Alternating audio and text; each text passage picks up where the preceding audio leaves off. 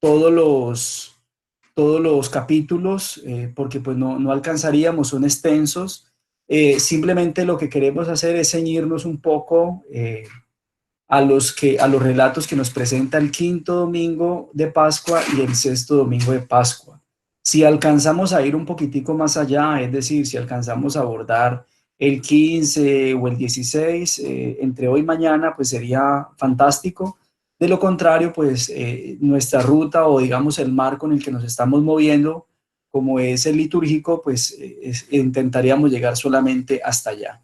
Vamos a ver cómo el tiempo nos permite llegar a ese, o qué tanto nos permite avanzar.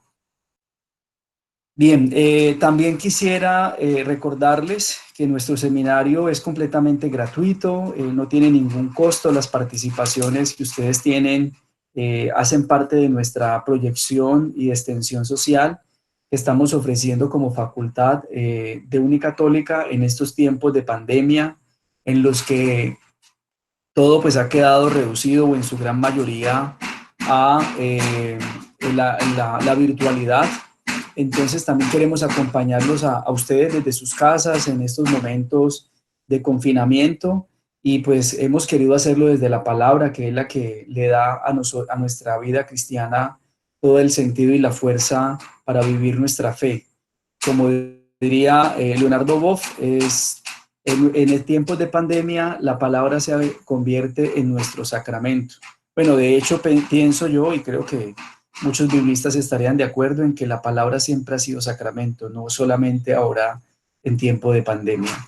Bien, vamos entonces a compartir pantalla, pues ya en este momento debo cerrar mi cámara para que ustedes puedan seguir la presentación. Disculpen el ruido si de pronto escuchan por allá algo, pero no sé qué están haciendo en la unidad vecina y si les interrumpe, me excusan por favor.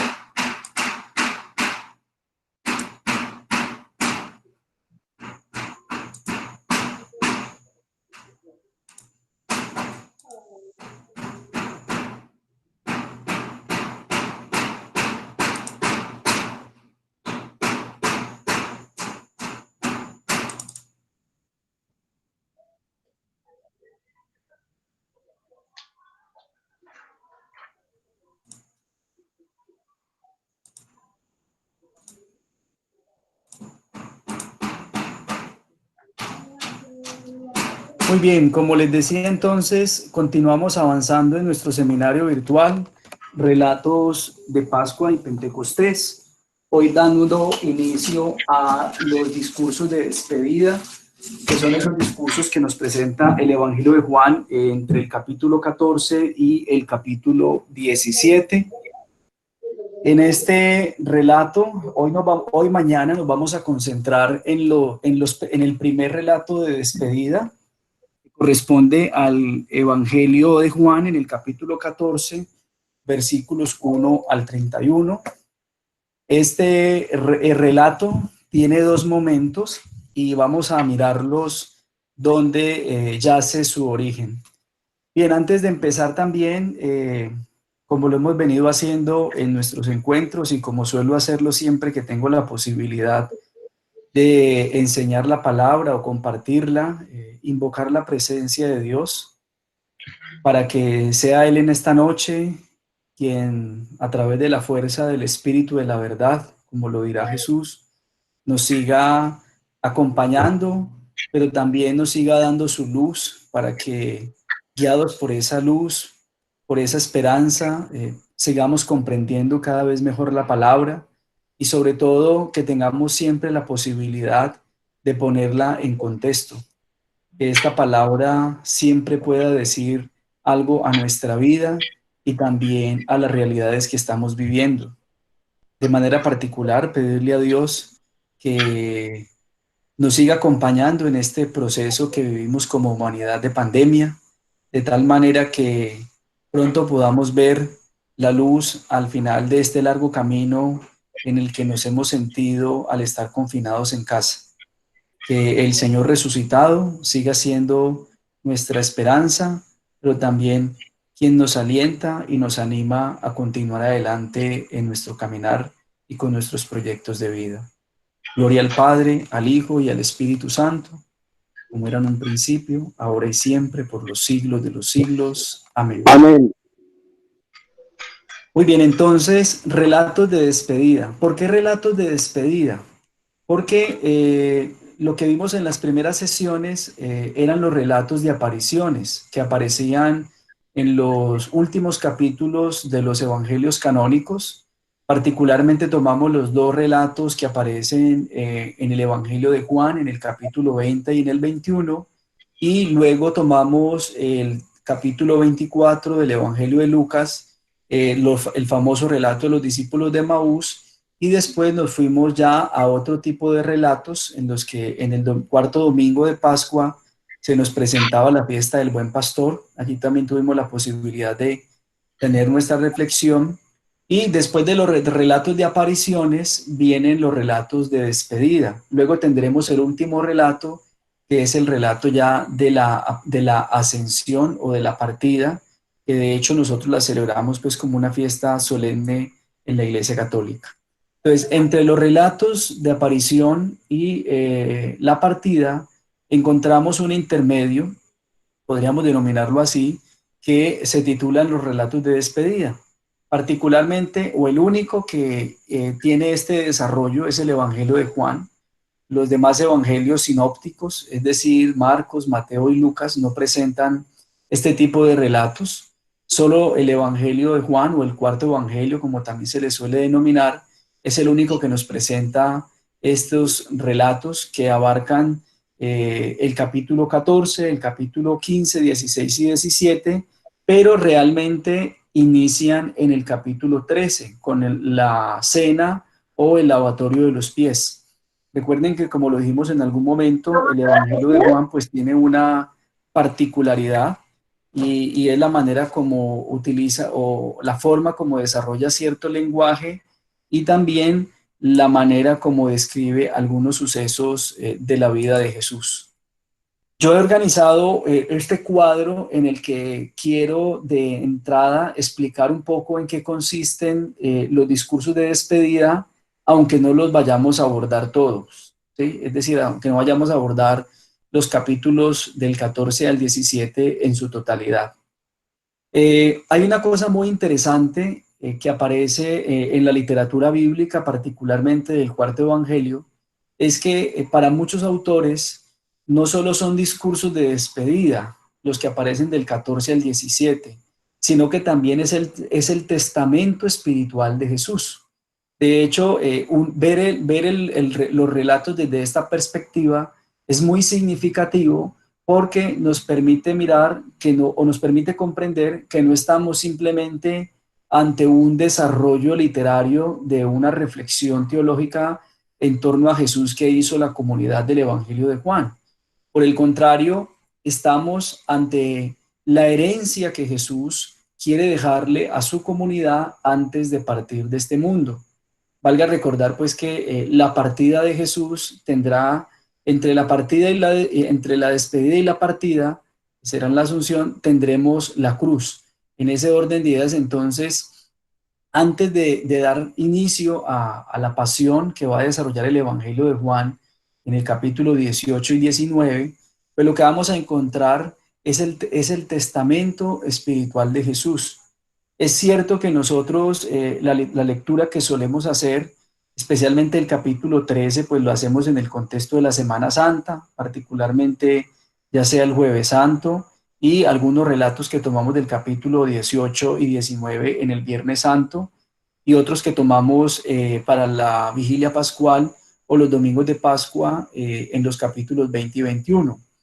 Pero los capítulos 14, 15, 16, particularmente el 15, el 16, se suelen tomar en la liturgia que se celebra entre semana. De hecho, para quienes siguen la liturgia de la palabra diaria, pues se está desarrollando, primero se desarrolló el capítulo 15, ahorita estamos esta semana en el capítulo 16, es decir que la liturgia también nos va permitiendo tener ese acercamiento a estos relatos de despedida. Desde el quinto domingo de Pascua hasta el domingo séptimo, la liturgia irá desarrollando los discursos de despedida. Es decir, que si alguno tiene por costumbre o por devoción, hacer la liturgia diaria con estos diferentes manuales o devocionales que circulan en nuestras comunidades cristianas, pues ya se sienten familiarizados un poco con lo que yo voy a exponer aquí en esto.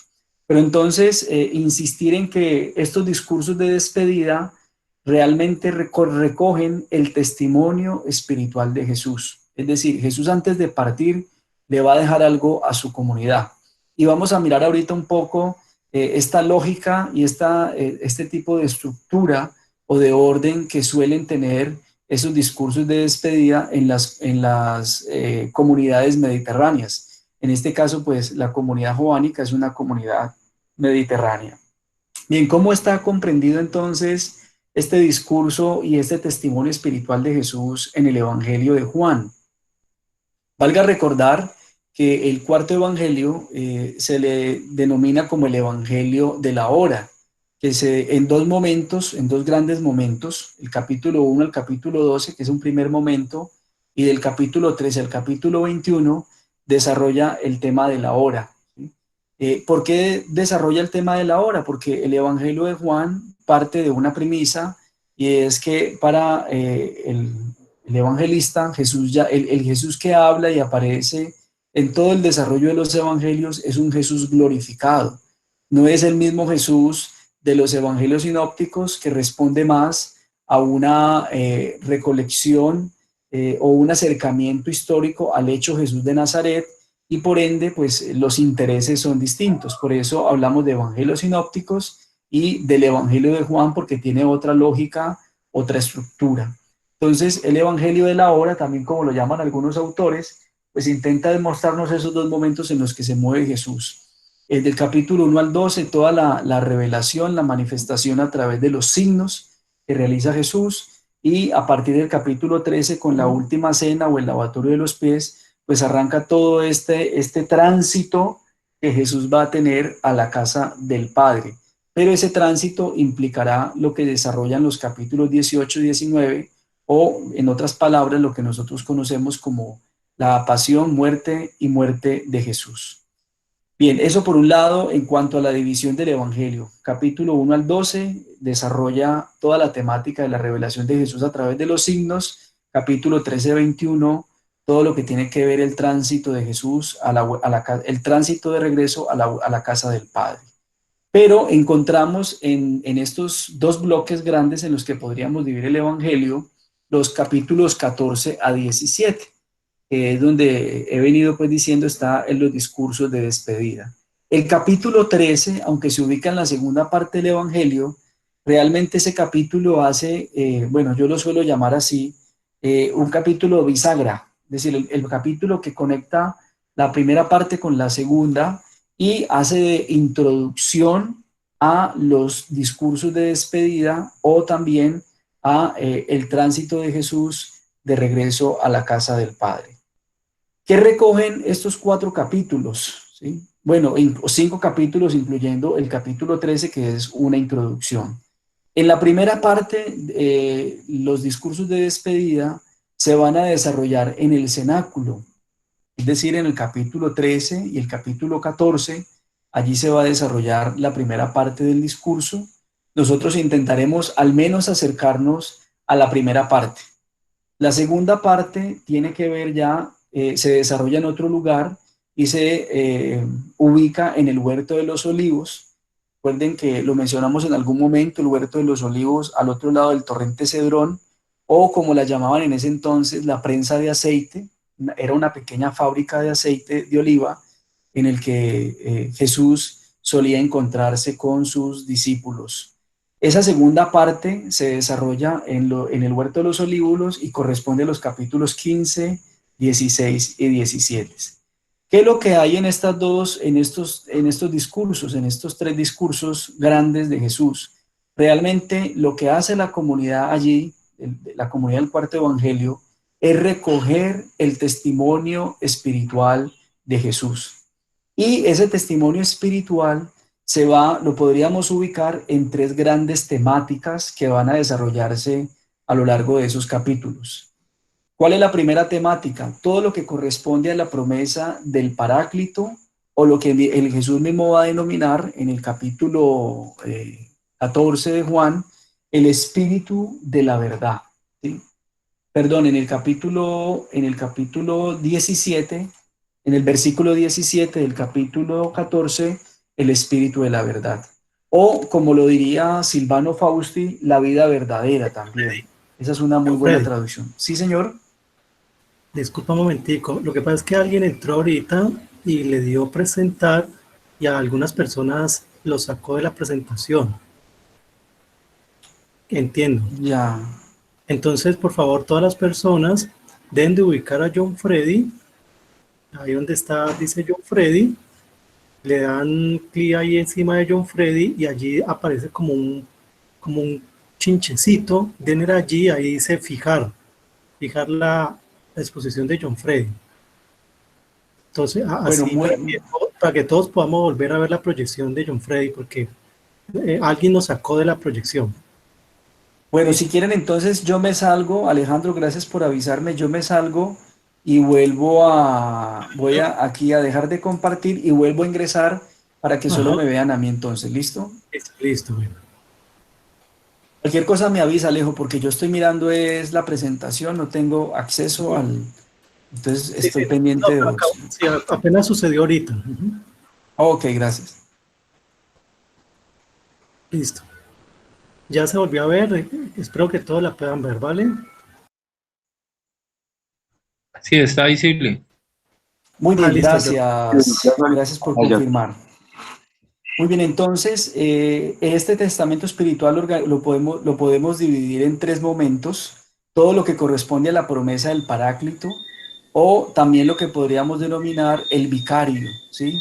El vicario o el defensor o el mediador que les va a quedar, que le quedará a la comunidad para poder continuar esa relación entre el Padre y los discípulos. El segundo bloque de este testamento espiritual lo podríamos ver desde el mandamiento del amor, ¿sí? Que de hecho pues lo ubico en el centro porque realmente la fuerza de los discursos de despedida está es en el vínculo que se ha podido establecer entre la persona que se va y la comunidad que lo ha recibido o ha estado con él, ¿sí? De hecho, ahorita que miremos un poco la estructura de cómo se desarrollaban esos discursos en la antigüedad, lo podremos entender mucho mejor. Pero la fuerza de estos discursos está en el mandamiento del amor. ¿Por qué en el mandamiento del amor? Porque eso es lo que mide el tipo de relación que pudo existir o que existió entre la persona que se va y la comunidad que se queda. Si la comunidad responde de manera recíproca a ese amor que pudo construir con el que se va, en este caso con Jesús, es posible que la comunidad permanezca. Y ahí que para el Evangelio de Juan el amor va a ser vital. Por eso algunos también lo denominan el Evangelio del amor, porque es a partir de esa relación amorosa entre Jesús y la comunidad que podemos también nosotros tener una relación amorosa y filial con el Padre. De ahí que ya no somos simplemente siervos, que hacemos lo que tenemos que hacer, sino que nos convertimos en hijos de Dios, hijos adoptivos por esa relación filial que hemos mantenido o que se ha tenido con Jesús.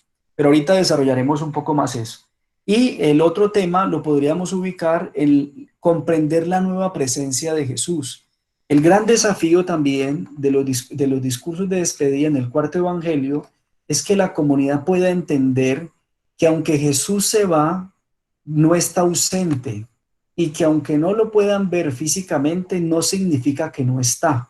Por eso va a insistir mucho el Evangelio y Jesús en los discursos: no los dejo huérfanos, no quedan solos, no los voy a abandonar. De hecho, el Evangelio de hoy, la liturgia de hoy hablaba de no estamos huérfanos, ¿sí? Lo titulaba así el padre Fidel Oñoro, gran biblista que aprecio muchísimo. Pero es decir, no estamos solos porque Jesús permanece ya no en medio de nosotros, sino en nosotros, que eso va a ser fundamental en estos discursos. Ya no es que cuando Jesús estaba vivo, estaba en medio de nosotros, porque era uno con nosotros. Pero ahora que no está y que se va, ya no está en medio de nosotros, sino que está en nosotros. ¿Y cómo permanece Él en nosotros? ¿Sí? Por medio del mandamiento del amor, es decir, por medio de esa relación filial, de esa relación amorosa y filial que hemos podido establecer con Jesucristo. Entonces, en estos tres grandes temas podríamos ubicar ese testamento espiritual que Jesús deja a su comunidad y que también es necesario que nosotros nos apropiemos de ese testamento. Ese testamento espiritual no solo fue para la comunidad de Juan allá hace 2000 años, sino que ese testamento espiritual sigue teniendo hoy vigencia para nosotros. Yo podría decir rápidamente qué tan necesitados estamos de un espíritu de la verdad que nos ayude a mantener en la verdad. Qué tan urgidos estamos de permanecer fieles al mandamiento del amor y amarnos los unos a los otros como Jesús nos amó.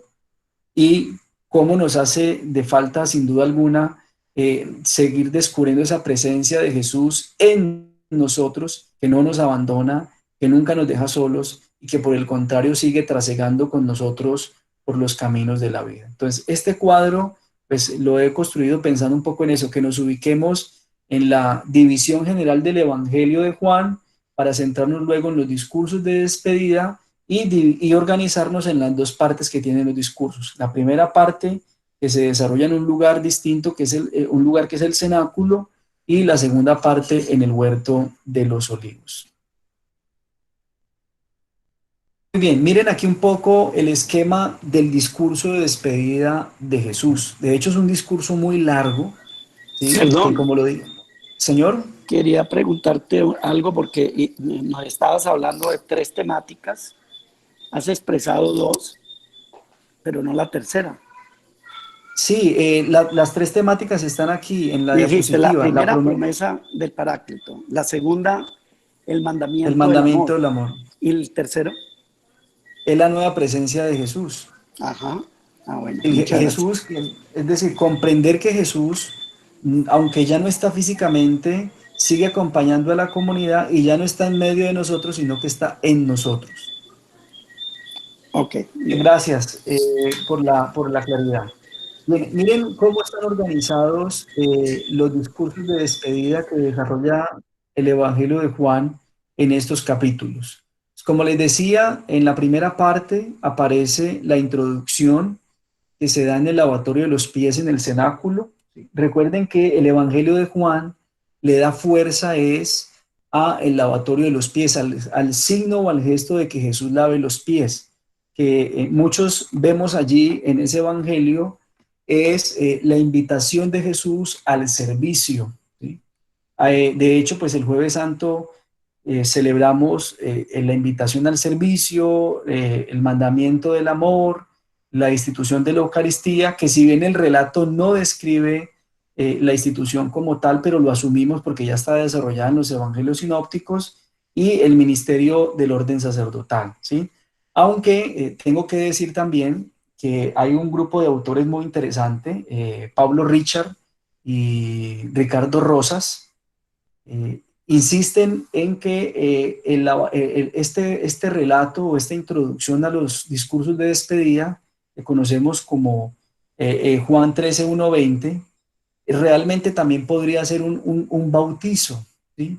En el que Jesús quiere introducir a sus discípulos en esta nueva dinámica que va a surgir a partir de su partida, y los introduce a través del rito del bautismo. Entonces, es muy importante esta mirada que plantea Richard y Rosas, porque nos permite darle un sentido nuevo al texto. De hecho, ante la negativa de Pedro, recuerden que Pedro dice que no se va a dejar lavar los pies, ¿sí? Es una forma también de indicar entonces que si no entra en este proceso bautismal, pues por ende no tendrá parte en la herencia que viene, ¿sí? Porque lo que les decía ahorita, los discursos de despedida realmente son el testimonio espiritual, el testamento espiritual de Jesús. Y ese testamento también se asume en la cultura mediterránea como una herencia. Entonces, si Pedro no tiene parte con Jesús en ese rito que le está pidiendo que haga, pues entonces no podrás tener parte en la herencia que vendrá después. Cuando Pedro entiende eso, automáticamente entonces va a tener su respuesta. Entonces ya no los pies, sino lávame todo. Ya Jesús le va a decir, no es necesario pues que tampoco que vayamos hasta el extremo, estamos en un signo, en un gesto, en un símbolo, simplemente haz lo que te estoy pidiendo. Pero esa es la introducción y es muy rica realmente lo que aparece allí, pero simplemente es una introducción. Luego vienen dos transiciones muy interesantes que se van a desarrollar entre el versículo 21 y el versículo 38, ¿sí? Y miren que no hemos llegado a los relatos de despedida todavía, estamos en la introducción, que es el capítulo 3. Entonces, después de la introducción, que arranca con el lavatorio de los pies, vienen las dos transiciones. En esas dos transiciones, que son el diálogo con Judas y el diálogo con Pedro, se van a hacer dos anuncios muy importantes, ¿sí?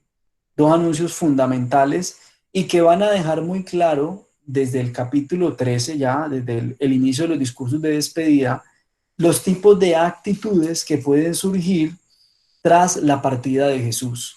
¿Cuáles son los dos anuncios que se van a dar en estas transiciones? Primero, Jesús, con mucho dolor, tiene que anunciar la traición de Judas. De hecho, es con ocasión de la partida de Judas que Jesús, recuerden que Judas sale del cenáculo, Jesús lo ha comulgado con él, lo ha introducido en el bautizo también, como diría Rosas y Richard, ¿sí? Lo ha introducido, lo ha bautizado, por así decirlo, pero aún así, a pesar de todo ese amor que Jesús le ha dado a Judas, pues Judas sale con el propósito de venderlo. Ese es el objeto de la salida de Judas, o de entregarlo, más bien porque ya lo ha vendido, de entregarlo, de dar las coordenadas, ¿sí? Pues ese es el primer anuncio, que aunque Jesús lo haya dado todo por todos, algunos lo traicionarán. Ese es el primer anuncio, y que era muy habitual en esos discursos de despedida introducir o mencionar ese tipo de situaciones. Eso era una manera de prevenir a la comunidad y mantenerla atenta. Y el segundo anuncio es que aunque a uno lo van a traicionar, otros lo van a negar. En este caso es lo que pasa con Pedro en el desarrollo de los versos 31 a 38, y esa negación tenemos que entenderla, y me gusta mucho el planteamiento aquí de Paulo Richard, tenemos que entenderla, quien niega a Jesús, niega al amor. Quien traiciona a Jesús, traiciona al amor. Por ende, quien traiciona y quien niega el amor no puede tener parte en el amor. Sin embargo, va a ser muy interesante que el discurso de despedida en el capítulo 17 termine diciendo, bueno, ya lo va a desarrollar desde el 14, termine diciendo también que finalmente cuando ya el maestro no esté, o cuando el Señor no esté en la comunidad, será la misma comunidad que, fiel al mandamiento del amor, podrá perdonar la traición y perdonar la negación. En ese orden de ideas, la comunidad, como heredera del mandamiento del amor y comprometida con el mandamiento del amor, tiene el poder para perdonar y restablecer la comunidad. Y de hecho eso es lo que va a darse en el capítulo 21 en el capítulo 20 y en el capítulo 21. Eso es lo que desarrollamos en las primeras dos sesiones. La comunidad, el capítulo 20 y el 21 de Juan nos ponen en evidencia que efectivamente ellos son herederos del mandamiento del amor, porque lo han recibido de Jesús y se han comprometido a mantener ese mandamiento. Y por eso se reintegra Pedro nuevamente a la comunidad, cosa curiosa, ¿no? Judas desafortunadamente no se reintegra porque ya sabemos que tomó otra decisión y no esperó a ese momento. Pero es bien interesante que en esta introducción y en esta transición se hagan esos dos tipos de anuncios, que eso también va a permitirle a la comunidad estar atenta y prevenida frente a las situaciones, pero no prevenida para condenar y para castigar, sino prevenida para poder restablecer y reintegrar a la comunidad. Esa es la finalidad de sentirse herederos del mandamiento del amor. Terminada la transición y la introducción del capítulo 13, entonces vendrá el primer discurso, que va todo el capítulo 14, que vamos a desarrollar en estas dos noches. Luego vendrá el segundo discurso, que corresponde al capítulo 15 hasta el versículo 4a del capítulo 16, y luego vendrá el tercer discurso, que corresponde al 16b, 16.4b hasta el 33, y finalmente, como era habitual, este discurso de despedida terminará con la oración o la alabanza de despedida. Cuando hablo de oración o de alabanza, era porque había dos formas de concluir con este tipo de discursos o de actuaciones, porque realmente también era una actuación bien interesante. O nosotros normalmente conocemos el capítulo 17 de Juan como la oración sacerdotal, pero en realidad la oración va más allá de ser una oración sacerdotal. Realmente es la oración que hace el Pater Familia, era habitual en la cultura mediterránea, por la comunidad que deja. Era una oración de protección, era una oración de intercesión, es decir, tenía una cantidad de características bien interesantes que le permitían a la comunidad sentirse tranquila, sentirse preparada para lo que vendría. ¿Qué es lo que viene? ¿Para qué los quiere preparar Jesús? Pues simplemente los quiere preparar para la pasión y la muerte. Porque terminado el capítulo 17 con el verso 26, en esa oración de despedida, pues vendrá el momento más difícil que la comunidad tendrá que afrontar al ver a Jesús morir en la cruz. Bien, este primer bloque de discursos que aparece en la pantalla, en el lado izquierdo de su pantalla, es un diálogo entre Jesús y los discípulos. Miren que es muy interesante porque hasta el capítulo 14 Jesús va dialogando con sus discípulos. De hecho, hay tres diálogos muy interesantes: el diálogo con Pedro, el diálogo con Tomás, el diálogo con Felipe y el diálogo con Judas, el de Alfeo o Tadeo, que se le suele llamar, porque el Evangelio es muy preciso en decir el otro Judas, no hablando de Judas Iscariote. Hasta el capítulo 14, es decir, en la primera parte del discurso, se permite la intervención de los discípulos. Ya en el capítulo 15 al 17, realmente lo que se desarrolla allí es un monólogo de Jesús. Ahí a partir de ese momento solo Jesús es el que habla, es el que interviene, es el que aparece en actuación y algunos, bueno, aquí citaría a Silvano Fausti, a Paulo Richard, a Ricardo Rosas, al mismo José Luis Sicre, todos biblistas, insisten en que este discurso o este monólogo de Jesús, capítulo 15, 16 y 17, realmente corresponde a la experiencia de fe que la comunidad ha tenido con Jesús después de que ha pasado ya todo el tema de la muerte, la resurrección, la partida. Pues por eso también se denomina testamento espiritual, porque realmente toda la fuerza que hay allí en ese discurso corresponde a una serie de recomendaciones muy importantes para mantener la vida de fe activa, ¿sí? Y simplemente por recordar, por ejemplo, todo el capítulo 15, bueno, casi el capítulo 15, desde el verso 1 hasta el 17, es todo el discurso sobre la vid verdadera. Ustedes son yo soy la vid, ustedes los sarmientos, la importancia de permanecer unidos a Jesús. Luego viene en el verso 18 hasta el 27 esa descripción que Jesús hace, los discípulos y el mundo, cómo el mundo se va a oponer a su estilo de vida, al evangelio que van a comunicar, todos esos enfrentamientos que van a tener contra este mundo. Ahorita explicaremos un poco a qué se refiere la expresión mundo en el evangelio, y particularmente en estos relatos de despedida. Luego en el capítulo 16, desde el cuarto B, el 4b se desarrolla en la venida del Espíritu. Nuevamente va a insistir Jesús: ustedes no van a estar solos. Recuerden que aunque el mundo va a ser muy hostil con ustedes, ustedes no van a quedar abandonados, no pierdan nunca la fe, no se desanimen, y todas unas expresiones muy bonitas, cargadas de un sentido espiritual muy profundo, que sin duda alguna fueron alimento y sustento para la comunidad. Y en la oración de despedida, pues bellísimo todo lo que se va a desarrollar allí. Si ustedes ya han tenido en ocasión en otro momento de leerlo, pero es cuando Jesús empieza a hablar de en qué es la vida eterna, en qué consiste, cómo el Padre ha glorificado al Hijo, y si el Hijo ha sido glorificado, entonces ellos también van a ser glorificados. Pero quien glorifica a Cristo y a los discípulos no es el mundo, porque el mundo es un opositor, ¿sí? Pues ahí hay toda una oración también en la que en el último discurso y en la oración final, pues hay toda una carga espiritual muy fuerte que le va a dar aliento a la comunidad, porque recuerden que la comunidad, cuando Jesús empezó a hablar, el Evangelio va a utilizar una expresión que la va a repetir 2 veces. Tenían turbado el corazón.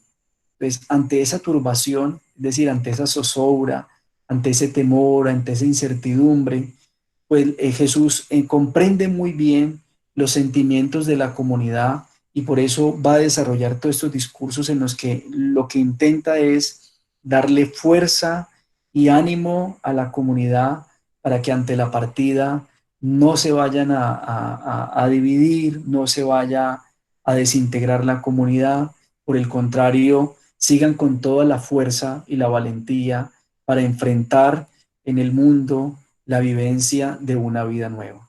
Entonces, ese es el esquema en el que se desarrollan los discursos. Ojalá podamos avanzar bastante más allá del capítulo 14, pero bueno, ya veremos cómo vamos avanzando. Una conclusión inicial de esta estructura o de este esquema de los discursos está aquí en esta parte de abajo, de esta gráfica, ¿sí? ¿Qué nos presentan esos discursos? Lo que van a hacer es describirnos el tránsito de Jesús al Padre. Eso es lo que hay prácticamente en estos discursos, cómo Jesús va a ir en ese camino de regreso a la casa del Padre, y aquí en griego se utiliza una expresión distinta a conversión. Cuando hablamos de conversión, el texto utiliza la palabra griega metanoia. Metanoia es volver a Dios o volver a los orígenes. Conversión. Aquí no se utiliza la palabra metanoia, sino metábasis, porque no es que Jesús necesite conversión, los que necesitamos conversión son nosotros, sino más bien esa expresión es para describir el regreso de Jesús a la casa del Padre. Jesús regresa, bueno, me explico mejor, nosotros nos convertimos como una forma de volver a Dios. En el caso de Jesús, Jesús no se convierte, sino que Jesús regresa al Padre, que es diferente. Entonces, por eso las expresiones son distintas, pero más allá del término o la palabra en griego, lo que me interesa decir es eso, que los discursos nos van a describir ese tránsito que Jesús va a recorrer para volver a la casa del Padre. Y recuerden que ese tránsito o ese camino de regreso incluye la cruz, el paso por la cruz. Si bien los relatos de pasión son otros, ¿sí? Es decir, que están en el 18 y en el 19 de Juan, pero esos también hacen parte de este regreso. Es decir, no se puede obviar. Bien, quiero aquí que nos devolvamos un poquitico en el asunto histórico y me disculpan que lo haga, pero me parece que era necesario hacer este siguiente esquema, ¿sí? ¿Cómo era un discurso de despedida en la cultura mediterránea? Es decir, Jesús no es el primero ni el último que hizo un discurso de despedida a sus discípulos. Y la comunidad de Juan no fue ni la primera ni la última que elaboró capítulos o quiso poner por escrito esta experiencia en torno a la persona de Jesús. Es decir, esto era muy habitual en las culturas mediterráneas antiguas, que se desarrollaran este tipo de discursos. Recuerden que aquí, en este contexto territorial histórico, estamos ante culturas que se construyen en torno a un clan familiar, y entre más extensa sea la familia, pues es mucho mejor, ¿sí? Y siempre en esos grandes clanes familiares vamos a tener personas que tienen mayor preponderancia, que tienen un liderazgo. Habitualmente los romanos le dieron un título a ese tipo de personas que se denominó el paters familia o el padre de familia, que era aquel que ejercía un liderazgo y una autoridad dentro de la comunidad o dentro de la familia, y era el que mantenía pues el orden y animaba toda la vida allí dentro del clan o dentro del grupo familiar extenso, ¿sí? En este caso, cuando los paters familia presentían la muerte o por su estado de salud o edad, veían que ya les quedaba poco tiempo de vida, realizaban un banquete familiar, banquete grande donde se invitaba a todas las familias, los más cercanos, los más lejanos, y a veces se invitaba a los amigos, ¿sí?, cercanos, o los amigos que, aunque no eran del mismo clan familiar, eran muy cercanos y había una muy buena relación de amistad. Entonces, se hacía un banquete grande de días muchas veces, y allí en medio del banquete el pater familia anunciaba su próxima muerte. Y eso pues le cambiaba un poco de tono al banquete, a la reunión, porque pues la gente pensaba que estaban celebrando algo muy importante, pero resultaba que en medio del banquete, silencios, todos a callar, y venía el anuncio de la próxima muerte. Miren que incluso los invito a que, mientras ustedes me van escuchando esto que voy a presentar en esta diapositiva, vayan pensando en el origen de los discursos de despedida en el capítulo 13. Entonces, una cena, lo que nosotros denominamos la última cena, porque para eso sí fue la última cena, está todo el grupo reunido, ¿sí? Me logré conseguir una imagen que ustedes están viendo en esta diapositiva, donde hay una mujer al fondo, es decir, para indicar que no solo están los discípulos, ahí está toda la comunidad reunida con Jesús en ese gran banquete. Y en ese banquete Jesús anuncia su muerte. De hecho, ya lo había hecho a lo largo de los evangelios sinópticos, pero aquí ya lo anuncia. Y una cosa muy curiosa de ese capítulo 3 es que va a decir que uno de los que está allí es el que lo va a entregar, es decir, uno de los que está allí va a ser el causante de la muerte. Bien, ¿cómo era la estructura del banquete familiar en el que se daba el anuncio de la próxima muerte del pater familia, del líder de la comunidad, del centro, del tronco que mantenía unida a la comunidad? Primero, había una exhortación, o la estructura de ese discurso era una exhortación a ser fieles a los mandatos. Esa era la primera invitación del pater familia, después de anunciar que estaba próximo a morir. Los invita a que sean fieles a sus mandamientos, ¿sí? Y dentro de esa primera exhortación estaba una invitación muy clara, ¿sí? Si ustedes son fieles a mis mandatos, es decir, a lo que yo les he enseñado, a lo que yo les he indicado, si ustedes son fieles, van a tener prosperidad. Pero si no son fieles y, por el contrario, rehúsan cumplir mis mandatos, pues entonces lo que les va a venir son desdichas. Y miren que eso lo vamos conectando rápidamente con lo que ha hecho Jesús. El segundo momento de la estructura de ese discurso era hacer una retrospectiva del grupo familiar. Es decir, después de la exhortación venía esa retrospectiva. ¿Qué se hacía en esa retrospectiva el pater familia? Lo primero era recordar la bondad que Dios había tenido con esa familia, con ese clan. Entonces era recordar, mire, recuerden que Dios ha sido bondadoso, mire por todo lo que hemos pasado, pero siempre Dios nos ha protegido, hemos salido bien librados. Seguramente que Jesús hará lo mismo aquí, recordar que Dios ha sido bondadoso en todo el camino del anuncio del reino de Dios, no les ha faltado nada, lo que Jesús les ha prometido se ha cumplido. Segundo, en esa retrospectiva, que partía siempre de reconocer la presencia, las bondades de Dios en la historia familiar, la invitación a perseverar, ¿sí? Pues miren, así como Dios ha sido bueno siempre con nosotros, bondadoso, generoso, nos ha acompañado todo el tiempo, pues por ende ustedes tienen que seguir perseverando aunque yo ya no esté. Que es lo mismo que Jesús le va a decir a sus discípulos. Y el tercer momento de esa retrospectiva familiar era la invitación a permanecer unidos. Si no se permanece unidos, va a ser muy difícil que ustedes mantengan lo que hemos construido. Era prácticamente palabras más, palabras menos de lo que podía incluir ese tipo de retrospectiva en el marco de este discurso de despedida. El tercer momento, no todo podía ser bueno, el tercer momento era donde el pater familia hacía una serie de anuncios, ¿sí? Por ejemplo, anunciaba crisis, el hecho de que Dios sea bondadoso con nosotros, el hecho de que ustedes cumplan los mandatos que yo les dejo no significa que siempre les va a ir bien. Parte de la vida también es las situaciones que se nos van presentando y que nos generan dificultades y nos hacen repensar nuestra existencia, como diríamos en tiempos de pandemia, reinventarnos, que se puso de moda la expresión. Entonces, anuncia las crisis, anuncia también las infidelidades, ¿sí? Es decir, no todos van a permanecer fieles a esos mandatos. Algunos seguramente como Judas se van a desviar y bueno, se van a presentar todo tipo de situaciones.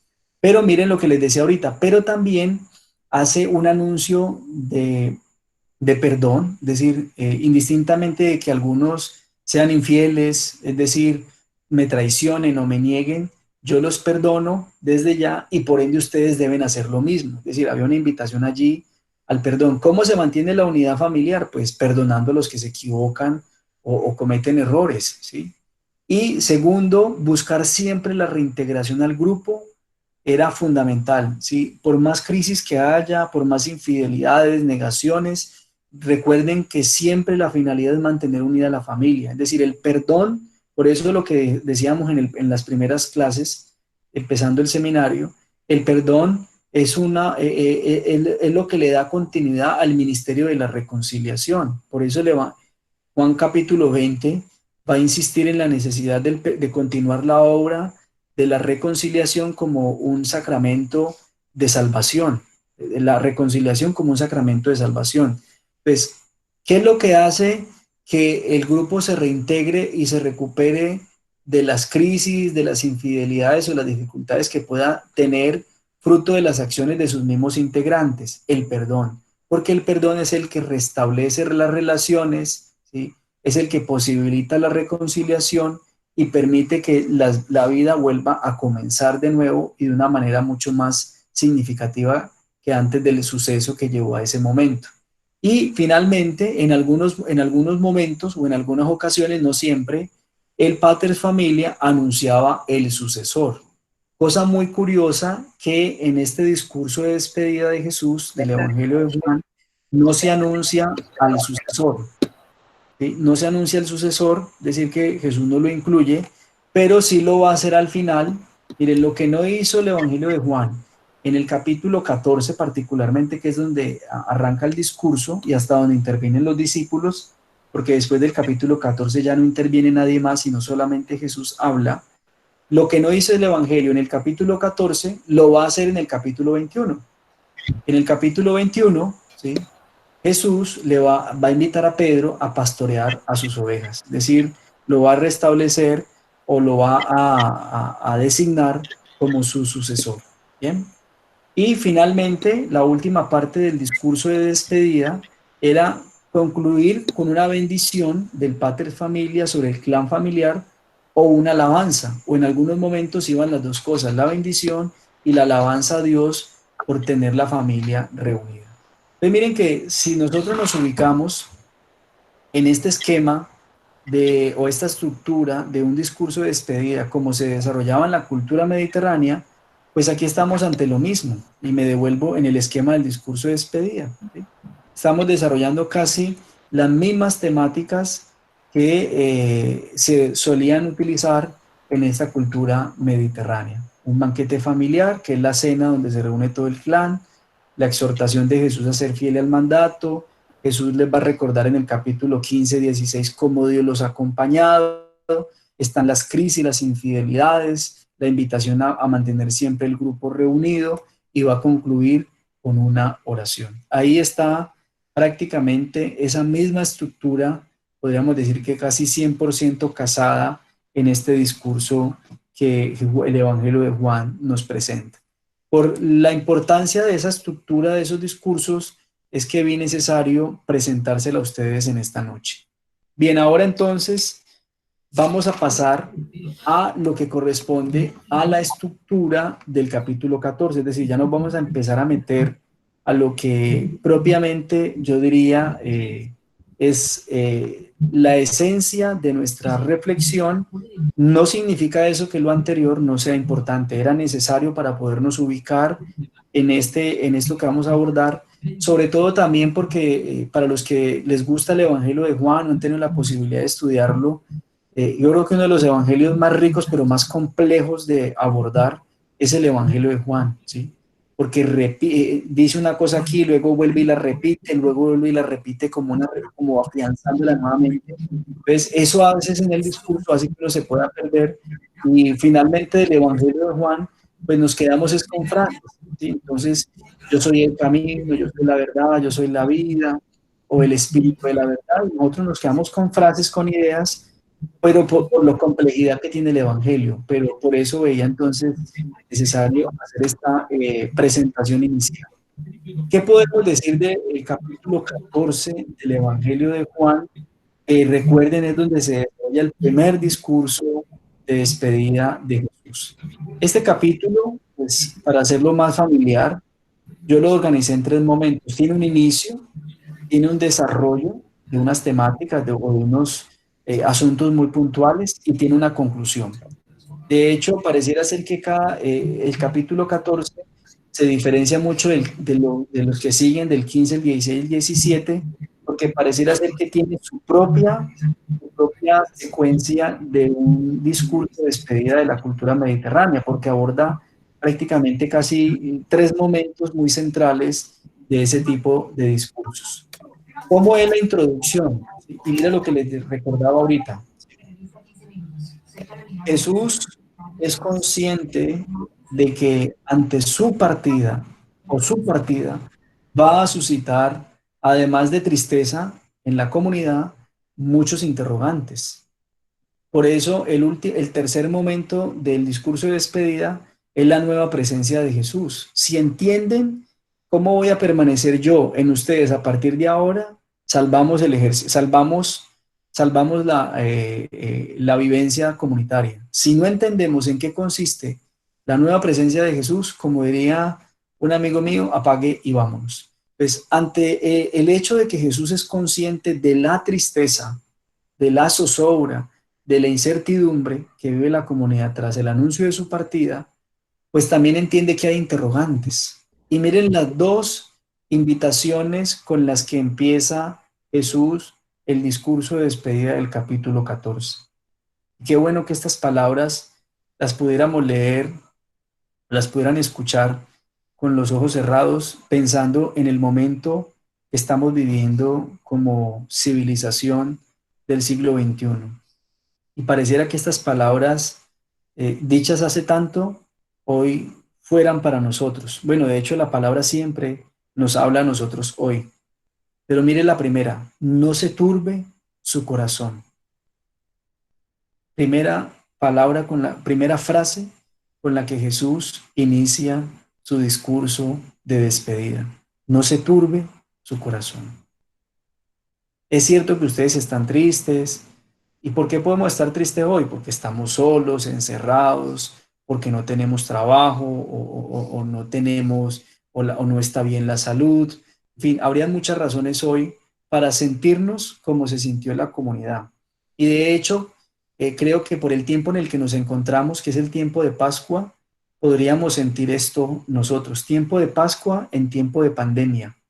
Seguramente que podríamos sentir eso, un corazón turbado, es decir, un corazón triste, un corazón en zozobra, un corazón con incertidumbres, o como diría Silvano Fausti, un corazón que refleja nuestro estado anímico.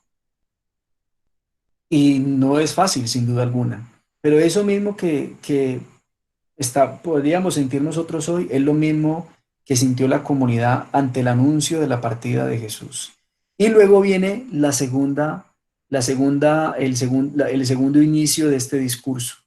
Creen en Dios, entonces también crean en mí. Esto me parece que es fundamental de Jesús. Mire que Jesús no empieza diciendo, hay algunas traducciones, y no me gusta esa traducción, que dice, crean en Dios, ¿sí? Como si Jesús pensara que los discípulos no creen en Dios. Jesús sabe que los discípulos creen en Dios, por eso empieza diciendo, creen en Dios, crean también en mí. Es decir, si ustedes creen en Dios, le creen a Dios, porque son judíos, porque han caminado conmigo, porque lo han visto en lo que yo he hecho, también crean en mí. Porque aquí viene uno de los grandes, o un gran tema que subyace a estos discursos de despedida en la primera parte, es la fe en Jesús. O sea, nosotros creemos en Dios, pero el Evangelio de Juan nos está invitando también a creer en Jesús. Es decir, nos está invitando a tener fe en Jesús porque Él es el rostro visible del Padre. Y si nosotros creemos en Jesús, entonces también tendremos parte en Él, y si tenemos parte en Él, como va a decir Jesús, tendremos también parte en Dios. Esto es bien interesante, que lo vamos a desarrollar en los siguientes diapositivas. Entonces miren el inicio: no se turbe su corazón, y si creen en Dios, crean también en mí. Es decir, esta introducción o este inicio del capítulo 14, del discurso de despedida, parte del conocimiento que Jesús tiene de su comunidad. Y me parece que es muy interesante que Jesús no desconociera eso. Jesús sabe que su comunidad está triste. Jesús sabe que ante su partida se van a suscitar muchos interrogantes. Pero ¿dónde está la fuerza? ¿Dónde está la fuerza para superar el corazón turbado o triste, para superar las dificultades, para encontrar respuesta a los grandes interrogantes que se van a suscitar? Si creemos en Jesús. Si creemos en Jesús, automáticamente, ¿sí?, todos esos sentimientos y esas preguntas quedarán respondidas. ¿Por qué? Porque Él es la revelación del Padre. Lo que Él nos ha dicho es lo que el Padre quiere para nosotros. Por eso Jesús le va a responder a Felipe: tanto tiempo conmigo y no conoces al Padre. Es decir, tanto tiempo conmigo y no has podido creer en mí. ¿No has podido ver en mí al Padre?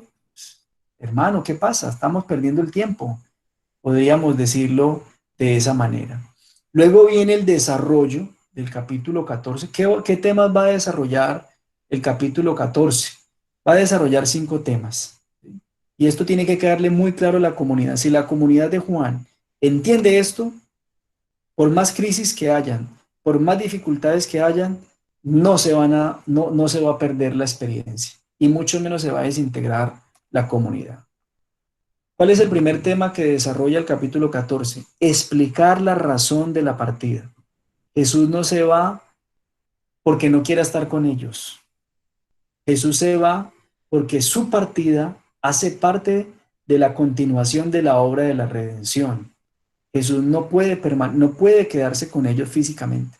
Jesús necesita irse, porque el irse hace parte de esa obra que el Padre le encomendó a Jesús. Uno podría decir que seguramente hasta Jesús tuvo que sentir algo de tristeza. Bueno, sí, podríamos utilizar el término aquí, o tuvo que experimentar algún sentimiento de nostalgia ante el hecho de dejar su comunidad, seguramente. ¿A quién le gusta dejar su comunidad? Yo creo que a ninguno, ¿sí? Los padres que a veces se tienen que ir de sus comunidades, seguramente que siguen también extrañándolo, aunque vayan con alegría a asumir otras comunidades. Los que acompañan comunidades y tienen que pasar a otras, o dejar aquí o ir allá. Pero es muy importante que el Evangelio le explique, o Jesús le explique a sus discípulos, la razón por la cual Él se va. Pues la razón por la cual Él se va es primero porque eso hace parte de la obra redentora que el Padre le encomendó. Y segundo, porque se va a prepararnos un lugar. Es decir, Él no se va para irse a relajar y ya no continuar en el trabajo de esta obra de salvación. Por el contrario, Él se va a preparar un lugar a los suyos, porque en la casa de su Padre hay muchas habitaciones. Y como dice Jesús, y si no fuera así, no se los hubiera dicho, pues me hubiera quedado sin decirlo. Primer tema, entonces, explicar la razón de la partida. La segunda, responder los interrogantes de la comunidad. ¿Dónde están los interrogantes de la comunidad? En las intervenciones de Felipe, de Tomás y de Judas. Cada uno de ellos tiene un interrogante. Recuerden el interrogante de Tomás. Bueno, y te vas a ir, le dicen el versículo 4, pero no sabemos a dónde vas, muéstranos el camino. Y Jesús le dice: pero, hombre, yo soy el camino, ¿sí? Yo soy la verdad, yo soy la vida, por aquí. Es decir, si usted quiere saber cómo se llega a donde yo voy, simplemente sígame. Es decir, en otras palabras, si usted quiere llegar a donde el Padre, quiere ir a la casa del Padre, simplemente sígame a mí. Es decir, ponga en práctica lo que yo le enseñé, lo que me vio hacer, y listo. De eso se trata, de hecho. Poner en práctica lo enseñado y hacer lo que Jesús hizo. Se trata de eso. En el evangelio, luego viene el interrogante de Felipe. Bueno, listo, ya sabemos que vas al Padre, ya sabemos que el camino eres tú, Entonces, bueno, déjanos ver al Padre y con eso nos basta. Y es donde Jesús le va a decir, pero, hombre, si usted no ha podido ver en mí al Padre, perdimos el tiempo, muchacho. Entonces, ahí la invitación que había en el inicio, si ustedes creen en Dios, crean en mí. ¿Por qué? Porque yo he hecho lo que el Padre me ha pedido. Es decir, lo que yo he hecho, lo he hecho siguiendo la voluntad del Padre. Y si yo he seguido la voluntad del Padre, quien me ve a mí va a ver al Padre. Así de sencillo. Y ahora, bueno, también en esa pregunta de Felipe, que es un interrogante de la comunidad muy válido, también tenemos que ver una invitación, ¿no? Una invitación desafiante. Ahora, y explico esa invitación con una experiencia. Ahora en Europa, particularmente en España, hay un movimiento muy interesante que coordina el padre Pablo Dors, o Pablo de Ors, que se denomina Amigo del Silencio. Aquí hace unos 3 años tuvimos la posibilidad de traer a Pablo de Ors a la universidad, hicimos un retiro del silencio y en Europa pues eso ahorita es un furor. España, Francia, Alemania, los libros que él ha escrito se están vendiendo como pan caliente porque Pablo de Ors está proponiendo una espiritualidad del silencio. ¿Sí? Y en esa y en esa propuesta que hace Pablo de Ors, sacerdote claretiano, hoy incardinado a la Arquidiócesis de Madrid, esta es, a través del silencio podemos descubrir el misterio. Y en este caso, la pregunta de Felipe, que es muy válida, es una pregunta donde se nos invita a profundizar en el misterio. Es decir, es una pregunta en la que se nos invita a nosotros lectores a profundizar en Dios, que es el gran misterio, y a ese misterio, dice Pablo de Ors, contamos con un ayudante o con alguien que nos guía, que nos lleva, es Jesús de Nazaret, el primero en entrar en ese misterio. Entonces miren que es muy interesante también esa pregunta y hay una invitación muy profunda allí. A nosotros como seguidores de Jesús se nos invita a entrar a descubrir ese misterio. Creo que el tiempo de Pascua es muy preciso para ello. Bien, y luego viene el otro interrogante de la comunidad que está en Judas, ¿sí? Judas va a decir muy sensatamente, bueno, Señor, usted se nos va a revelar a nosotros y nos sentimos muy afortunados, pero ¿y usted por qué no se va a revelar al mundo? Es decir, ¿por qué no se revela a los demás? ¿Sí? Recuerden que he dicho que la palabra mundo tiene un significado muy, muy importante en Juan, ¿sí? El mundo hace referencia a aquellos que viven en la oscuridad y se oponen a la luz, es decir, la buena nueva que Jesús trae, y que no contentos con oponerse a la luz, quieren acabar con la luz. Por eso desde el principio, en su prólogo, el Evangelio de Juan va a empezar así. Y en el principio, me devuelvo para no parafrasear mal la palabra, en el principio existía la palabra y la palabra estaba junto a Dios y la palabra era Dios, ella estaba en el principio junto a Dios, todo se hizo por ella y sin ella no se hizo nada. Y luego entonces va a decir la expresión que estamos buscando. En el 7, en el 1:7, este vino, hablando de Juan, para un testimonio, para dar testimonio de la luz, para que todos creyeran en él. Él no era la luz, sino que debía dar testimonio de la luz. Entonces, el mundo hace referencia a todas aquellas personas que se oponen a la luz de Jesús y que no contentos con oponerse, la quieren destruir. Entonces, el interrogante de Judas es válido. Bueno, ¿y por qué te revelas a nosotros y no a los demás? Y la respuesta, si el interrogante de Judas es válido, es mucho mejor la respuesta de Jesús. ¿Qué va a decir Jesús? Es que aunque yo me revele a ellos, ellos no pueden ver la luz porque se están negando a la luz, ¿sí? ¿Por qué el mundo no me puede ver? Porque el mundo se niega a verme, porque el mundo se opone, es decir, hay personas que se oponen a verme, hay personas que no quieren verme, entonces, si no son capaces de verme es porque no son capaces de amarme, si no son capaces de amarme no me pueden ver. Entonces, ¿a dónde se resume todo? ¿Sí? ¿Qué es lo que nos permite ver? Es decir, ¿qué es lo que nos permitiría creer? El amor. Y vamos a mirar en el camino que vamos a seguir transitando hoy, mañana, a dónde nos va a llevar esto del amor. Un tercer tema que se desarrolla son las promesas de Jesús, ¿sí? La promesa fundamental, o bueno, hay dos promesas fundamentales, la promesa del Paráclito, ¿sí? El Espíritu de la verdad, el que nos va a seguir acompañando en esta experiencia, Y segundo, la promesa de que no vamos a estar solos. Primero porque está el Espíritu de la verdad con nosotros, el Paráclito, pero también porque Jesús vive en nosotros por medio de ese Espíritu. Entonces no seguimos, no permanecemos huérfanos. Por el contrario, permanecemos muy bien acompañados.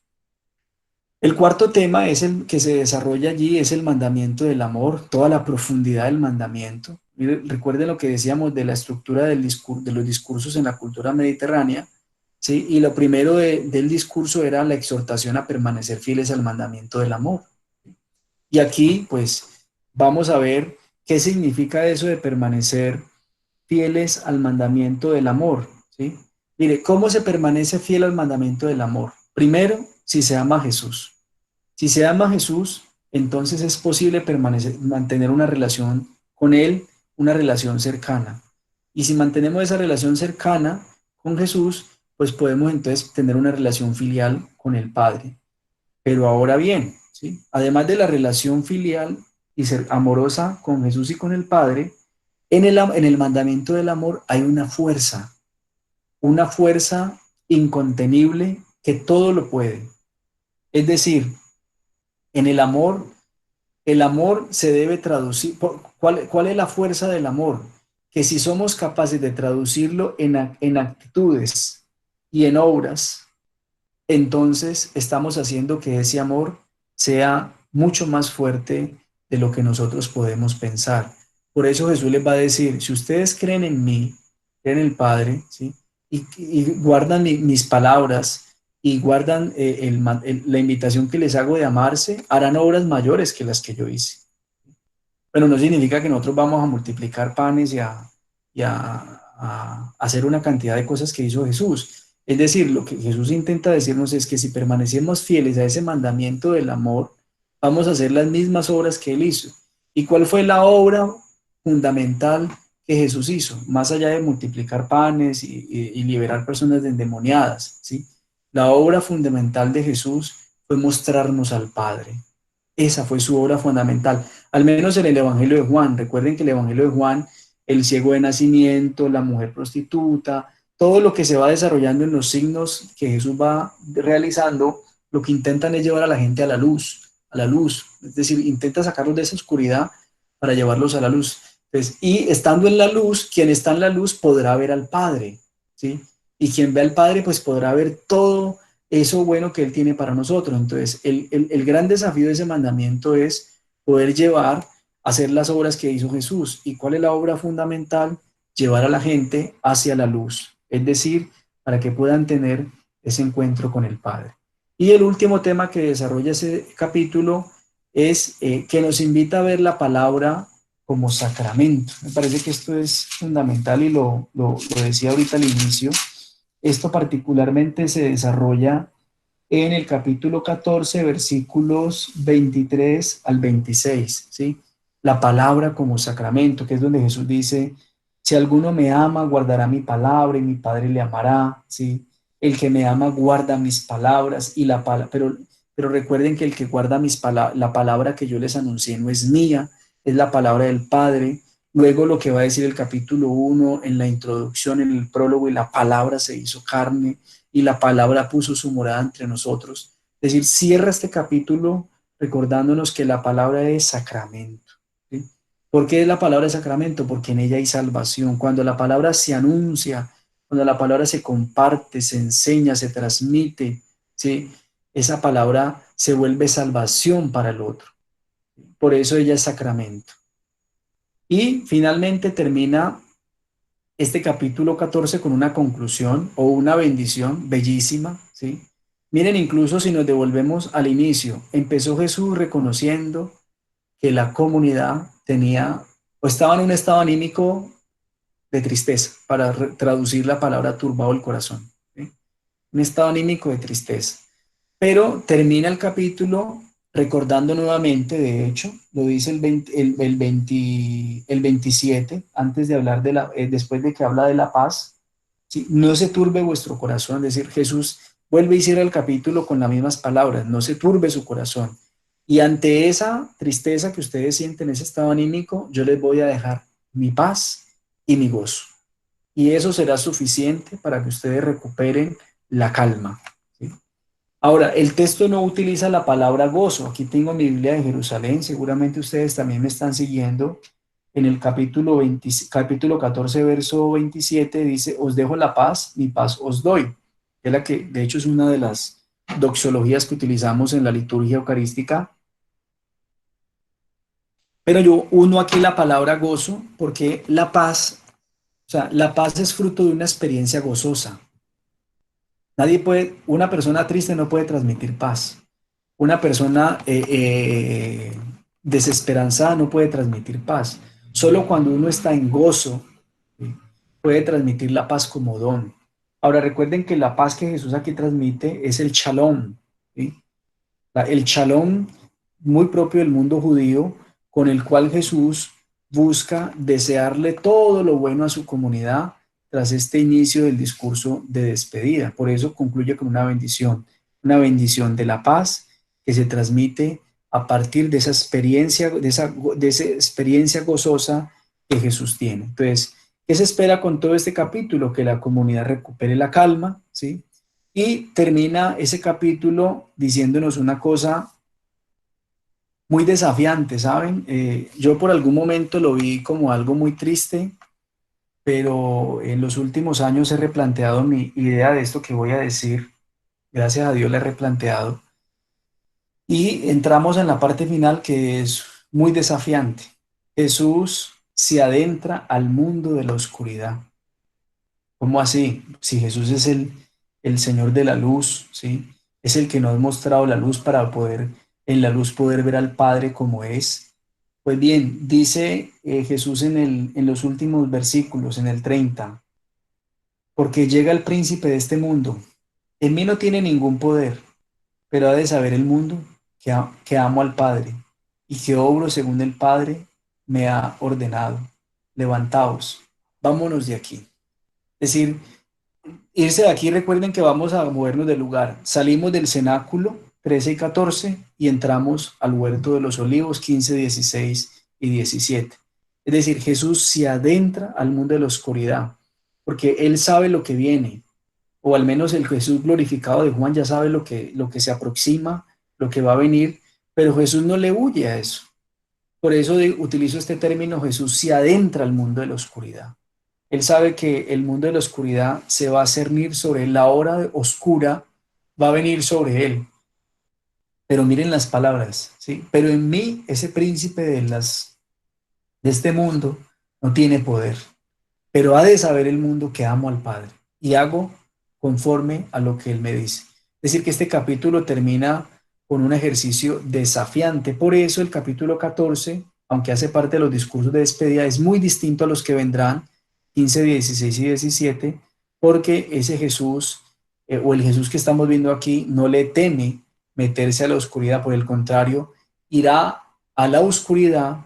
Bueno, me voy a adelantar con esto un poco. Jesús irá a la oscuridad para mostrarle su luz. ¿Y saben cómo Jesús le va a mostrar la luz a este mundo? Muriendo en la cruz.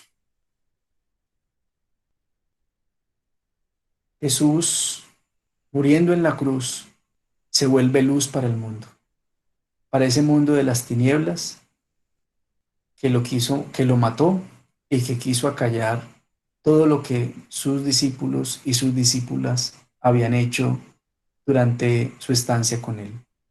Adentrarse a la luz, a la oscuridad. Y yo creo que aquí puede quedar un desafío y una invitación muy interesante para nosotros como creyentes hoy. Algunos han hablado, de hecho he leído en varias partes a autores que sigo, en el común a veces suele decirse que pareciera ser que esta pandemia nos tiene en un momento de oscuridad, como que si hubiésemos entrado en un periodo de oscuridad en el que la turbación del corazón se hace como más evidente. O de hecho, yo creo que ninguno podría negar que en algún momento se ha sentido preocupado, pensativo frente a lo que estamos viviendo, algún tipo de incertidumbre seguramente hemos podido experimentar. Y de pronto eso nos puede llevar a replegarnos un poco, a quedarnos más bien como allí ensimismados, un poco encerrados en nosotros. Pero Jesús nos está invitando a lo contrario hoy y nos sigue invitando siempre, ¿sí? ¿Cómo nos adentramos en este momento de oscuridad, en este momento de dificultad, de incertidumbre, para dar luz, para compartir luz, no para llevar más oscuridad? Es decir, no para seguir turbando más los corazones de otros. Por el contrario, el Evangelio, Jesús, Juan, el Evangelio de Juan, la comunidad de Juan, nos invitan a adentrarnos a esa oscuridad para llevar luz.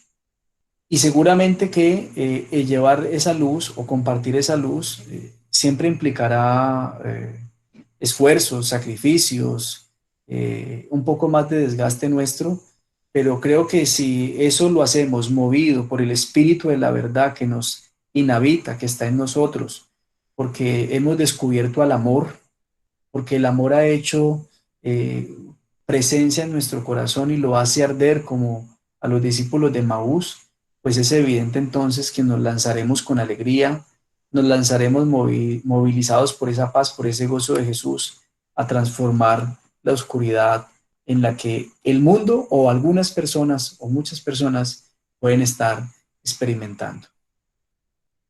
Bueno, son las 8:18 ya mi reloj. Eh, Vamos a dejar hasta aquí en esta noche con el inicio de los discursos de despedida. Mañana entonces abordaremos lo que corresponde, perdón, al primer relato, que sería Juan 14:1-12. Ya lo tenemos listo. Y el segundo relato que corresponde a Juan 14:15-31. No lo inicio ahora porque no alcanzaríamos, creo que nos quedaríamos simplemente en la lectura del texto. Sí los invitaría para que lo leyeran, los invito para que esta noche, mañana, puedan leer ustedes el Evangelio de Juan capítulo 14 para que mañana pudiéramos acercarnos mucho más ya en profundidad. Creo que todo el acercamiento que hemos hecho hoy en esta primera parte nos ha permitido ya, como diría mi papá, nos ha permitido desmontar el panorama para poder entrar a ver ahorita sí la claridad del lago, ¿sí? Porque ya ahorita, quitado todo esto, nos podremos entonces, o abordado todo esto, nos podremos meter a los textos. Abrimos entonces, como ha venido siendo la costumbre o la dinámica del seminario, abrimos el espacio para que hagan sus preguntas y conversemos un poco sobre lo visto en esta primera parte de hoy.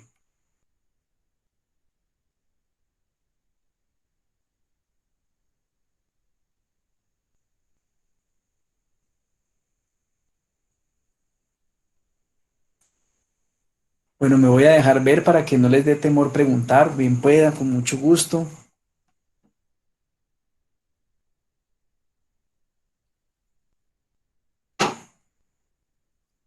O no hay preguntas, queda todo muy claro desde esta introducción que hemos hecho.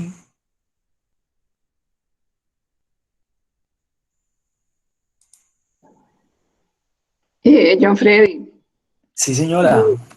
de acuerdo con toda la narrativa de la estructura que acabas de hacer, es como esa confirmación que el Evangelio de Juan es el Evangelio del amor.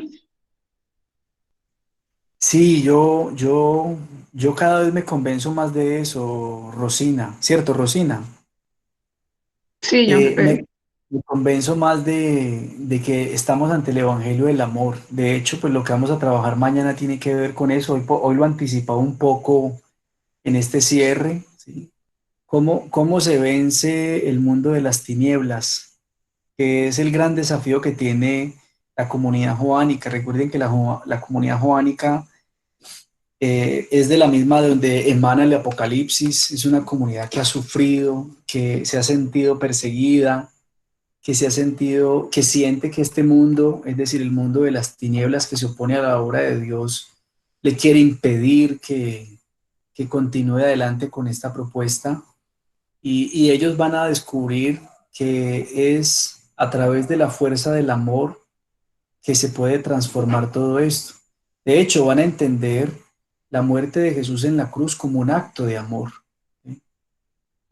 Mientras para algunos simplemente es la condena de un justo que, que muere por una convicción, para la comunidad de Juan, la muerte en cruz se convierte como un gesto de amor, un acto de amor con el cual Jesús intenta redimir o salvar no solamente a sus discípulos, sino a todo aquel que pueda creer en él. ¿Sí? Es decir, en la cruz, y Jesús lo había dicho, cuando sea elevado, atraeré a todos hacia mí. Cuando uno escucha esa expresión, uno piensa en la ascensión. Entonces, cuando Jesús ascienda, piensa en la resurrección. Atraeré todos hacia mí. No, al menos no en el Evangelio de Juan. Se atrae a todo, Jesús atrae a todos hacia él, es cuando muere en la cruz. Por eso, para el Evangelio de Mateo, Jesús es el nuevo lugar, en la cruz es el nuevo lugar de revelación. Por eso el velo del templo se rompe, ¿sí? Se rompe y el Santo Santorum queda visible a todas las demás personas. Solo el sumo sacerdote lo podía ver, ahora todos lo pueden ver. ¿Y por qué lo pueden ver? Porque está ya visible a los ojos de todos. Quien quiera ver, quien quiera voltear y mirar, verá en ese hombre colgado en la cruz, ¿sí? Un gesto de amor. Y quien logre ver ahí, en la muerte de ese hombre en la cruz, un gesto de amor, es porque ha encontrado la luz. Y por ende, quien encuentra la luz se sentirá amado. Y si usted se siente amado, su vida tiene que cambiar rotundamente. Su vida entra en otra lógica, en otra dinámica totalmente distinta. Yo hace poco, y termino con esto para dar la palabra a otra pregunta, le decía a mi suegro, le decía que yo hace 10 años, pues a mí siempre me enseñaron a creer en Dios desde pequeño, la misa, los sacramentos. Desde los 14 años empecé a leer la Biblia voluntariamente. Fue un deseo natural o una gracia de Dios, seguramente también. Pero fue solo a los 27 que yo descubrí que Dios me amaba. A mí me lo decían y a todos nos lo dicen todo el tiempo, pero de ahí, de que nos lo digan a que nosotros lo sintamos, es otra cosa. Y desde ese momento, le decía yo a mi suegro, para mí la vida ha cambiado completamente. Yo no me siento solo, siempre sé que Jesús está en mí, ya no está en medio de nosotros solamente, está en mí. Y eso cambia completamente las cosas. Entonces, recapitulando, ¿quién ve en la cruz? Allá nos va a llevar el Evangelio de Juan. ¿Quién ve en la cruz? Bueno, el hombre muerto en la cruz, a Jesús muerto en la cruz, un gesto de amor es porque ha visto la luz. Y quien ha visto la luz es porque ha encontrado el amor. Y quien encuentra el amor, su vida se vuelve otra cosa totalmente distinta. Bien, por aquí en el chat vi algunas, voy a ver si alcanzo a responderlas. Pues podemos expresar o pensar que el amor es la expresión coherente de la fe que tengo en Cristo. Sin duda alguna, yo creo que bien dijo en su momento, bueno, a ver si me acuerdo bien del nombre, no recuerdo si fue Karl Rahner, me disculpan si me equivoco en el dato, pero creo que fue Karl Rahner, que decía o dijo que teníamos que ver las semillas del verbo en otras religiones, en otras culturas no cristianas. ¿Por qué? Y a la pregunta de por qué, bueno, porque es que quien es capaz de amar y por el amor es capaz de hacer obras buenas por los demás, sin duda alguna, que allá hay una semilla del verbo, ¿sí? Por ende, pues, hombre, creo que el amor es la base de todo, ¿sí? Y ahí que uno podría decir, bueno, dime cuánto amas y te diré quién eres, porque a veces las palabras se las puede llevar el viento. Y por eso la invitación que hacía, ¿no? Quienes hemos experimentado el amor en este tiempo, tenemos que llevar la luz a quienes se sienten en oscuridad o creen que están entrando en la oscuridad por el momento en que estamos viviendo.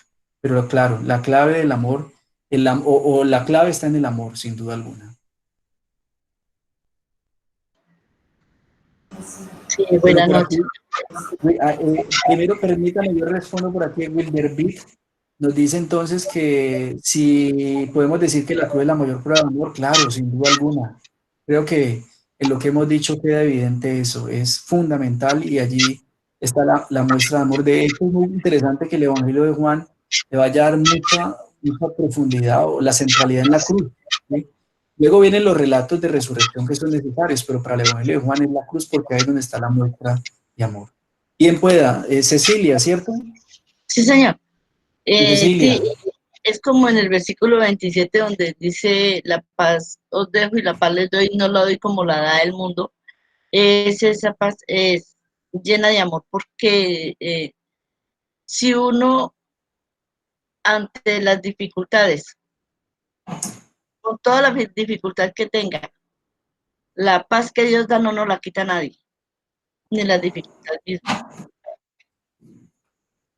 totalmente, doña Cecilia. Bueno, un gusto saludarla. Miren, y yo quisiera responderle ahorita acabo de acordarme de mi querida amiga Elsa Tames, una biblista excepcional, eh, que afortunadamente ahora está viviendo en Colombia, que ella es mexicana. Y yo creo que Elsa Tames es una de las que más ha estudiado, bueno, para mí, seguramente puede haber otro, pero para mí Elsa Tames es una de las que más conoce la cultura romana del siglo primero. ¿Sí? Y Elsa Tames en algún momento me decía, mire, es que la cultura romana era muy hipócrita y era muy basada en lo superficial. Y la cultura romana era una cultura en la que las apariencias eran fundamentales. Como era superficial, pues las apariencias, pues todo el mundo quería ser rico. De hecho, pues en el Imperio Romano del siglo primero era sumamente rico. Luego vendrán las crisis del siglo segundo, tercero, pero en el siglo primero era un imperio sumamente rico y y la gente se hacía rico muy fácil. ¿Sí?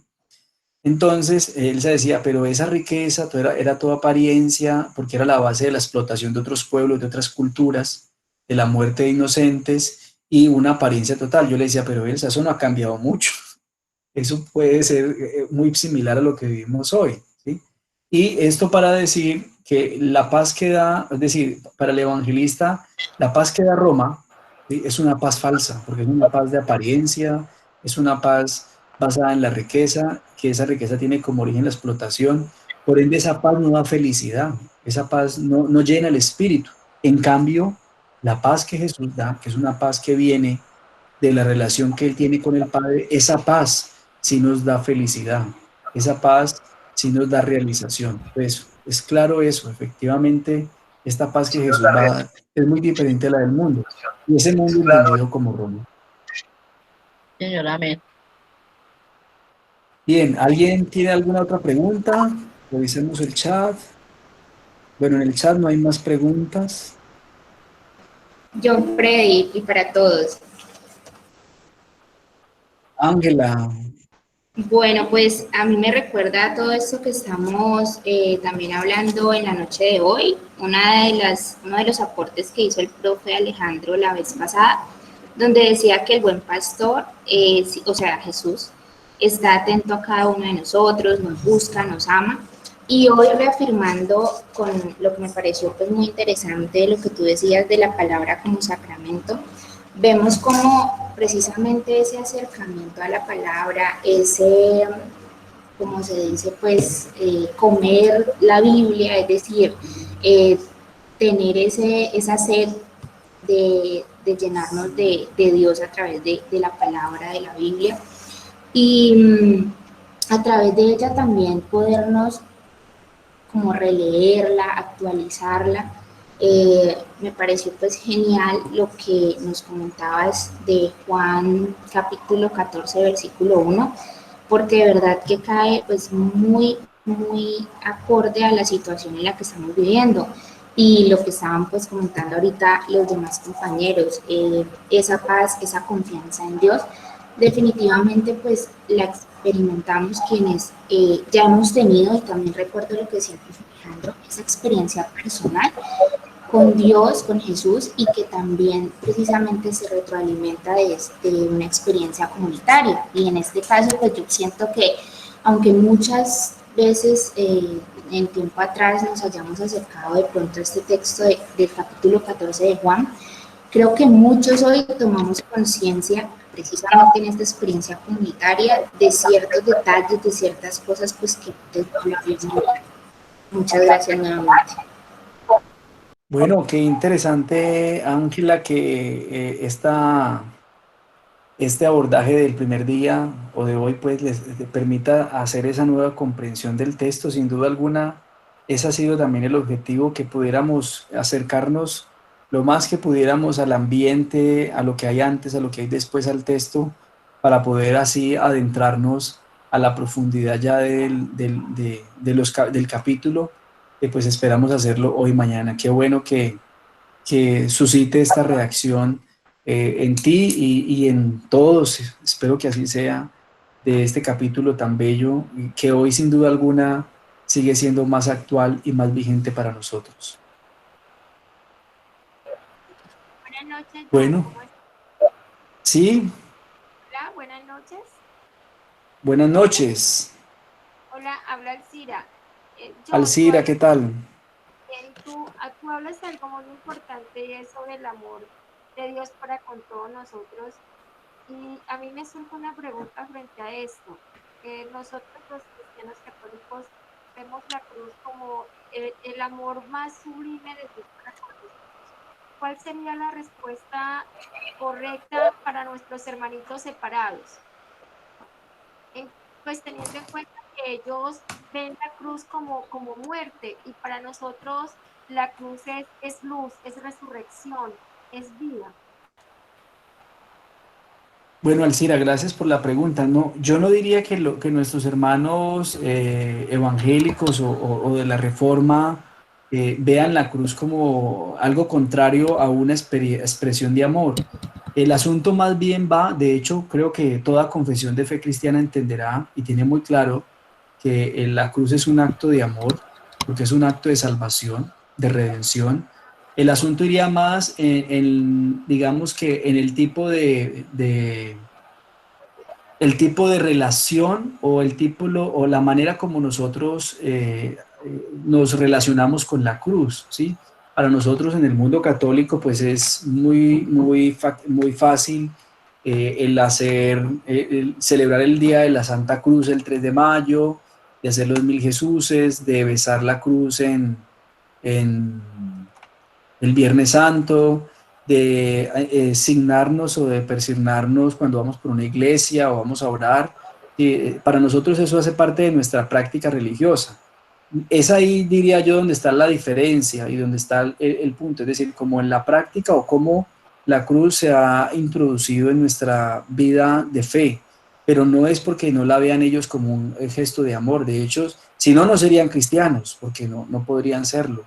La cruz es la máxima expresión de amor. Entonces, es más en la comprensión y en la relación que hay dentro de la práctica religiosa. Es ahí donde está un poco la diferencia y donde se genera un poco las posturas que no permiten pues que tengan las mismas prácticas, pero no porque no la vean como un gesto de amor o un acto de amor, Alcira. Ok, gracias. Bueno, entonces agradecerles a ustedes por acompañarnos esta noche. Mañana nos veremos a la misma hora. Mañana les envío el link, o si alcanzo ahora mismo se los comparto, o si no mañana a primera hora, con la grabación del día de hoy. Gracias por acompañarnos. No se olviden de invitar a las personas que conozcan o que quieran poder hacerlo. Vamos también estamos buscando la forma de publicar en YouTube todas estas conferencias para que las puedan tener y puedan seguir los que no han tenido la posibilidad de hacerlo. Bien, había una pregunta por allí al final, creo.